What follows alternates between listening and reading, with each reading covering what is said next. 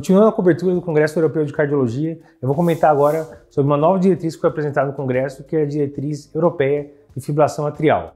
Essa diretriz, eles tentaram utilizar, para simplificar o nosso tratamento do paciente com fibrilação atrial, um termo chamado AF Care, que seria cuidado de fibrilação atrial. Então o CARE, ele divide essas 4 letras em 4 passos que você deve fazer para cuidar do seu paciente com FA. Então o C do CARE seria comorbidades. Então o que você tem que fazer para o seu paciente que chega com FA? Então o primeiro passo, avalie as comorbidades. O paciente é hipertenso? Ele é diabético? Ele é obeso?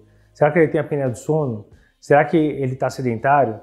Será que ele ingere álcool? Então para tudo isso ele dá algumas recomendações. Então pressão arterial, mantenha entre 120 a 129 e 70 a 79 de diastólica.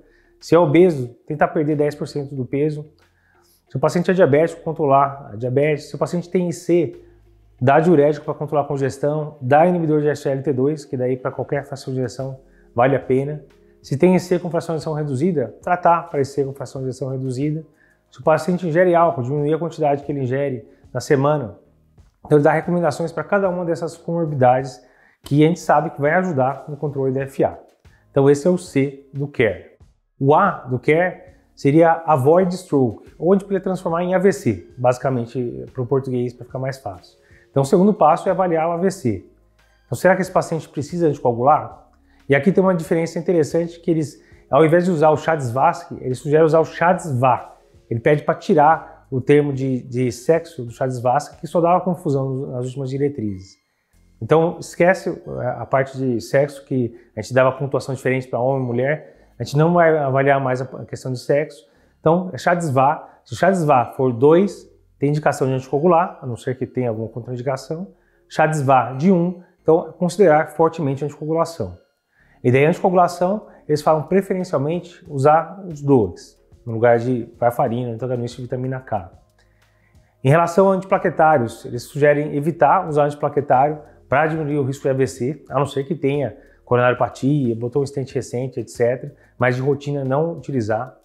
E eles sugerem utilizar scores de sangramento, como o RAS-BLED, mas reforçam que a gente nunca deve contraindicar uma anticoagulação se tiver um RAS-BLED alto. A ideia do RAS-BLED, se tem um RAS-BLED alto, risco de sangramento alto, é avaliar o que você pode fazer para diminuir esse risco de sangramento e nunca contraindicar o anticoagulante. Terceira letra seria o R do CARE. R seria reduzir sintomas. E daí vem aquela discussão, você quer manter o paciente em ritmo sinusal, então é controle de ritmo ou controle de frequência cardíaca. Para controle de frequência cardíaca, eles sugerem utilizar para o paciente com fração de ejeção normal, beta-bloqueador, verapamil, dietiazem, digoxina, fração de ejeção menor 40, aí vai utilizar beta-bloqueador que já foi estudado para ECFER ou digoxina. E a frequência-alvo aí seria abaixo de 110 batimentos por minuto ou menos se o paciente continuar sintomático.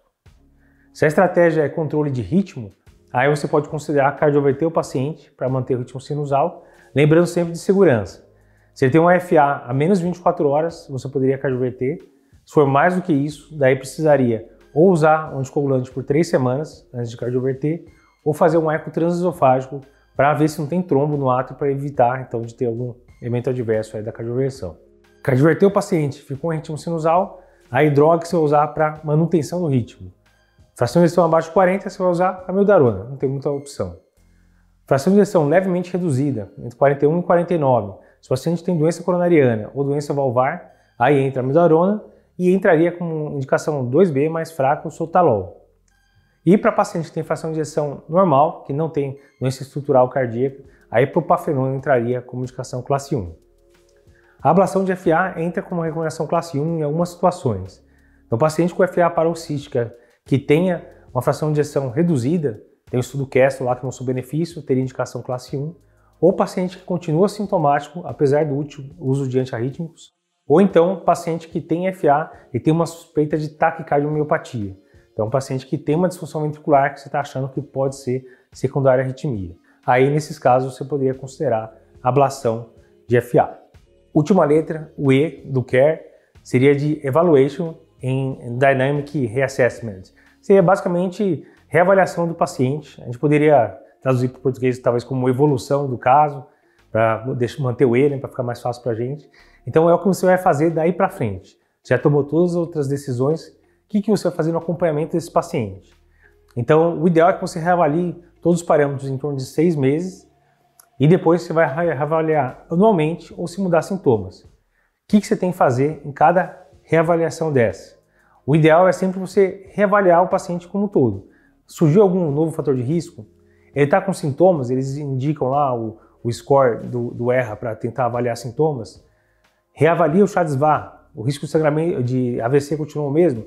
Reavalia o RAS-BLED, continua o risco de sangramento. Então a ideia é nessas consultas de reavaliação rever o paciente como um todo para ver se você tem que tomar alguma conduta para evitar um evento futuro. Então bem legal, diretrizes europeias geralmente eles trazem de forma didática aí o conteúdo. Eles mudaram várias coisas, a essência é a mesma, mas mudaram várias coisas em relação à última de 2020 e ficou bem interessante. É exatamente para te não esquecer de nenhum passo de cuidar direito do seu paciente com FA. Continue acompanhando o último dia do Congresso Europeu de Cardiologia, mas tem coisa boa saindo aqui.